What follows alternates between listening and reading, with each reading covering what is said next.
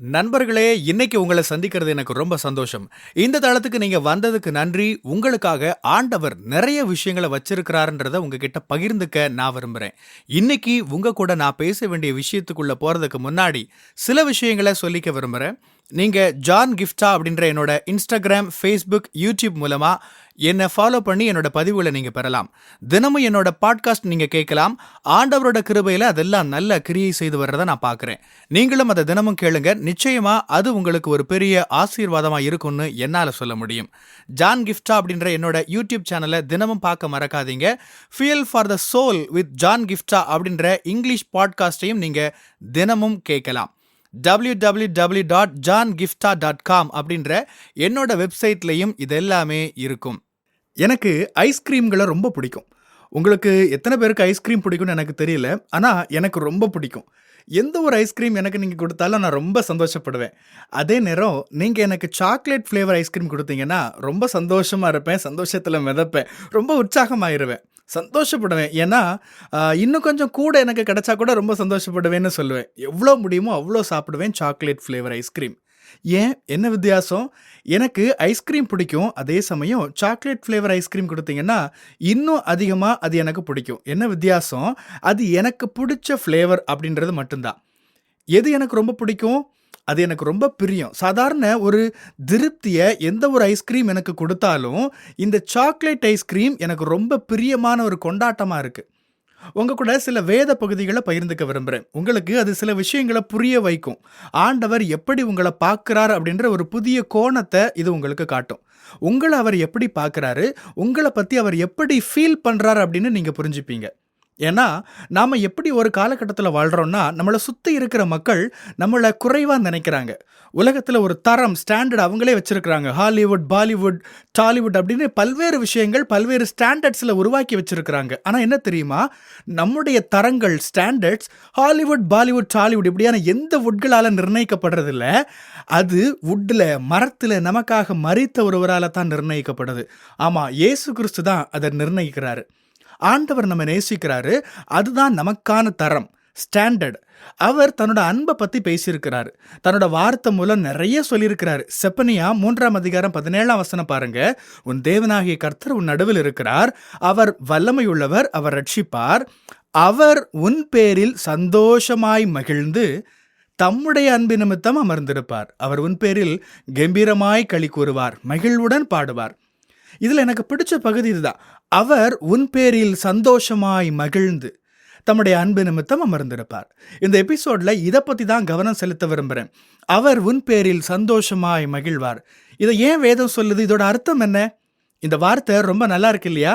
Delight அப்படின்னு ஆங்கிலத்தில் போடப்பட்டிருக்கிற இந்த வார்த்தைக்கு கிரேட் ப்ளஷர் அப்படின்னு விளக்கம். என்ன அர்த்தம்? ப்ளஷர்னா என்னன்னு பார்ப்போமே. மகிழ்ச்சி, திருப்தி, கொண்டாட்டம், இப்படியான உணர்வு தான் ப்ளஷர்ன்றது. மகிழ்ச்சி, திருப்தி, கொண்டாட்டம், இதுதான் ப்ளஷர். டிலைட் அப்படின்றது கிரேட் ப்ளஷர். அதாவது மகிழ்ச்சி, திருப்தி, கொண்டாட்டம் இது எல்லாமே அதிக அளவில் ரொம்ப இருக்கிறது. அப்படிதான் ஆண்டவர் உங்களையும் என்னையும் பற்றி உணர்வு உடையவராக இருக்கிறார்.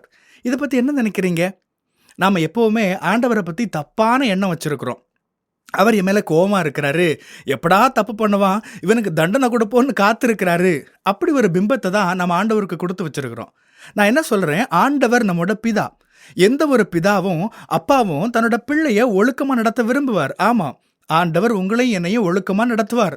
அப்படின்னா தான் நம்ம சரியான பாதையில் இருப்போம். இல்லைன்னா வழி தவறி தவறான விஷயங்களை செஞ்சுட்டு இருப்போம். இது ஒரு பக்கம் இருக்குது, உண்மைதான். ஆனால் அவர் அன்பான ஒரு அப்பான்றது உண்மை, அதை நீங்கள் மறுக்க முடியாது. ஆண்டவர் எப்போதும் உங்கள் மேலே கோபமாகவே இருக்கிறதில்ல.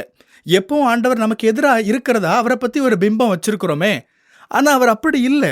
ஆண்டவர் உங்களை பார்க்குறப்ப அவர் உன் பேரில் சந்தோஷமாய் மகிழ்கிறாருன்னு வார்த்தை சொல்லுது.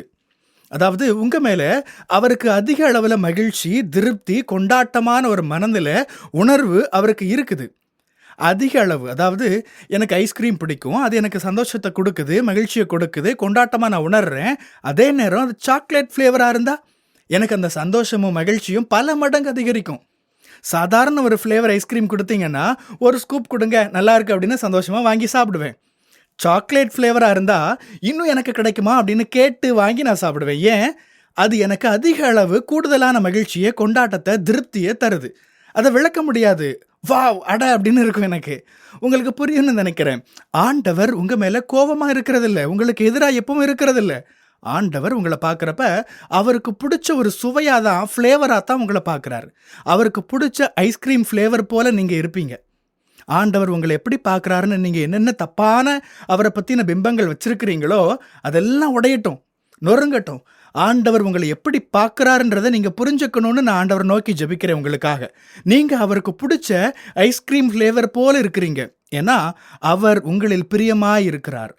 அடுத்த எபிசோட்ல சந்திக்கலாம். ஆண்டவர் உங்கள ஆசீர்வதிப்பாராக. ஆமென். பிரியமானவங்களே, இந்த செய்தி மூலமா நீங்க உற்சாகம் அடைஞ்சிருப்பீங்க, ஆசீர்வதிக்கப்பட்டிருப்பீங்கன்னு விசுவாசிக்கிறேன்.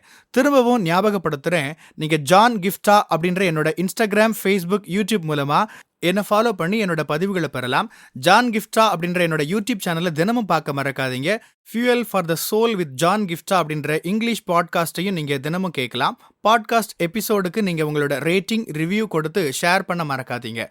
www.johngifta.com அப்படின்ற என்னோட வெப்சைட்லையும் இது எல்லாமே இருக்கும். இந்த ஊழியத்தால நீங்க ஆசீர்வதிக்கப்பட்டிருந்து மற்றவங்களுக்கும் இதே ஆசீர்வாதம் சேரணும்னு விரும்பினா, நீங்களும் எங்க கூட சேர்ந்து ஆண்டவரோட ராஜ்யத்தை கட்டுற இந்த பணியை உங்களோட நிதி ஆதரவு மூலமாகவும் தாங்கலாம். கூகுள் பே அல்லது நெட் பேங்கிங் அல்லது பேபால் மூலமா நீங்க ஆதரவு தரலாம். எல்லா விவரங்களையும் டிஸ்கிரிப்ஷன்ல நீங்க பார்க்கலாம். ஆண்டவர் உங்களை ஆசீர்வதிப்பாராக.